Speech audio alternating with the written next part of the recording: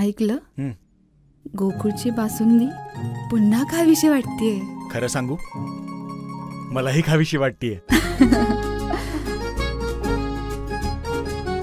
पुन्हा पुन्हा खावीशी वाटणारी गोकुळ बासुंदी. मुंबई उच्च न्यायालयाचे सर्किट बेंच कोल्हापुरात येत्या 18 ऑगस्टला सुरू होत असून कोल्हापूर जिल्ह्याची 40 वर्षाची मागणी पूर्ण झाली. या ऐतिहासिक निर्णयाबद्दल भारतीय जनता पार्टी कोल्हापूरच्या वतीने छत्रपती शिवाजी महाराज चौक या ठिकाणी आनंद उत्सव साजरा करण्यात आला. छत्रपती शिवाजी महाराज चौकात भाजपा पदाधिकारी कार्यकर्ते यांनी एकत्र येत ढोल ताशांच्या गजरात ठेका धरत साखर पेढे वाटून आनंद उत्सव साजरा केला. भारतीय जनता पार्टीचा विजय असो, देवेंद्रजी तुम आगे बढ़ो हम तुम्हारे साथ है, चंद्रकांत दादा तुम आगे बढ़ो हम तुम्हारे साथ है, अशा घोषणा या प्रसंगी देण्यात आल्या. यावेळी प्रदेश सचिव महेश जाधव म्हणाले, राज्यातील महायुती सरकार विकासभिमुख असून मुख्यमंत्री देवेंद्र फडणवीस यांच्या नेतृत्वाखाली घेतलेला हा निर्णय कोल्हापूरच्या दृष्टीने अभिमानास्पद आहे. या धाडसी निर्णयातून राज्यातील सक्षम आणि विकासाभिमुख सरकारची भूमिका स्पष्ट होते. या ऐतिहासिक निर्णयामुळे कोल्हापूर, सांगली, सातारा, सोलापूर, रत्नागिरी आणि सिंधुदुर्ग या 6 जिल्ह्यातील नागरिकांना मोठा दिलासा मिळालाय. या प्रसंगी बोलताना खासदार धनंजय महाडिक म्हणाले, मागील 40 ते 50 वर्षापासून असणारी खंडपीठाची मागणी पूर्ण होऊन लोकलढ्याला यश आलंय. राज्याचे मुख्यमंत्री देवेंद्र फडणवीस यांनी कोल्हापूरला दिलेला शब्द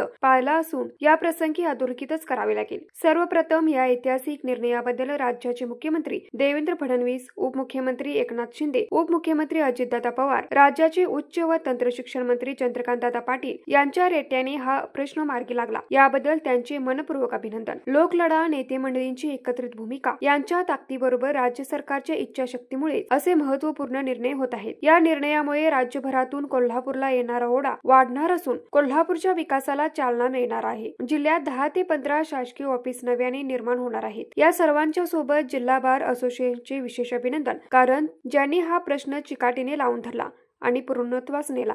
या प्रसंगी ॲडव्होकेट संपतराव पवार यांनी या महत्वपूर्ण निर्णयाबद्दल मुख्यमंत्री देवेंद्र फडणवीस, उपमुख्यमंत्री एकनाथ शिंदे, उपमुख्यमंत्री अजितदादा पवार, राज्याचे उच्च व तंत्र शिक्षण मंत्री चंद्रकांतदादा पवार यांचे अभिनंदन केले. यावेळी डॉक्टर राजवर्धन, गायत्री राऊत, हेमंत आराध्य, अप्पा लाड, विराज चिखलीकर, शैलेश पाटील, राजू मोरे, गणेश देसाई, धनश्री तोडकर, भरत काळे, संतोष भिवटे, विजय सूर्यवंशी, अतुल चव्हाण, तौफिक बागवान, दिग्विजय कालेकर, अमर साठे, राजसिंह शेलके, धीरज पाटील, विशाल शिरालकर, रविकिरण गवळी, कोमल देसाई, प्रतीप यादव, प्रीतम यादव, सुनील पाटील, राजगणेश पोळ, गिरीश साळुखे, अनिल कामत, संतोष माळी, माणिक पाटील चुएकर, प्रसाद जाधव, विजय खाडे पाटील, प्रग्नेश हमलाई, हर्षद कुंभोजकर, अशोक लोहार, सतीश अबर्डेकर, ॲडव्होकेट परवेश पठाण, ॲडव्होकेट संगीता तांबे, अमित पसारे, संजय जासूत, विशाल शिराळे, नरेंद्र पाटील, दिलीप बोंद्रे, राजू जाधव, योगेश ओटवकर, अवधूत भाट्टे, रीमा पालनकर, संग्रामसिंह निकम, सुनीता सूर्यवंशी, जयश्री वायचय, समयश्री अय्यर, छाया साळुंके, शोभा कोळी, तेजस्विनी पार्टे, माधुरी कुलकर्णी, अश्विनी गोपुडगे, सचिन आवळे, अजित सूर्यवंशी, विजय अग्रवाल,